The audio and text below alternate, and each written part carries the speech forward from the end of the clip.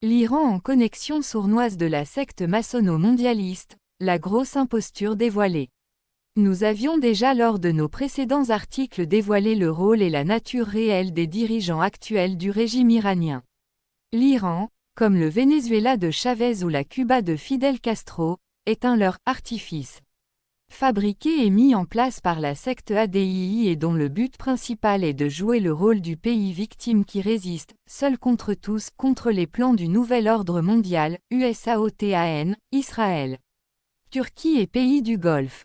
Tout ceci n'est en réalité qu'une grosse imposture, arnaque que le chef suprême de la secte ADII, l'antéchrist Al-Dajjal, a savamment mis en place en 1979 en remplaçant, un pion, le Shah d'Iran Mohammad Reza Pahlavi, par une autre marionnette, déguisée en un soi-disant dignitaire religieux musulman, chiite.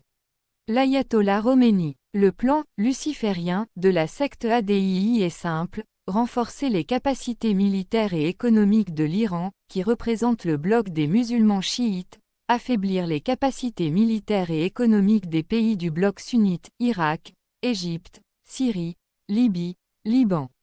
Yémen, créer des conflits et faire monter les antagonismes entre les peuples des deux blocs sunnites, chiites, de sorte qu'un simple petit événement, sous forme d'un complot sous fausse bannière, et de préférence un jour où le calendrier affichera un jour pair, selon le mode opérationnel de la secte ADII, déclenchera une guerre totale entre l'Iran musulman chiite d'un côté et le bloc des pays musulmans sunnites de l'autre. Le gagnant est déjà connu, puisqu'il est déjà programmé pour gagner et ce sera évidemment l'Iran. L'Iran avec l'aide des USA et Israël occupera alors les deux lieux saints de l'islam, la Mecque et Médine, imposera d'autres rituels religieux aux futurs pèlerins.